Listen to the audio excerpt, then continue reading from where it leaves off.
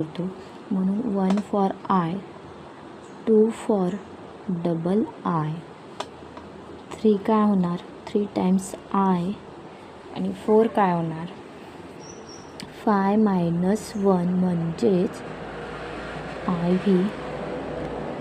5 for V, 5साठी आपण V use करतो capital letters. तर 6साठी आपण आता इथून पुढे आपण रूल्स बघू. आता 5 मायनस 1 करतो म्हणून 1 आपण आय यूज करतो. 5साठी व्ही यूज करतो म्हणून काय होणार 5 प्लस 1 6 होणार. हे 7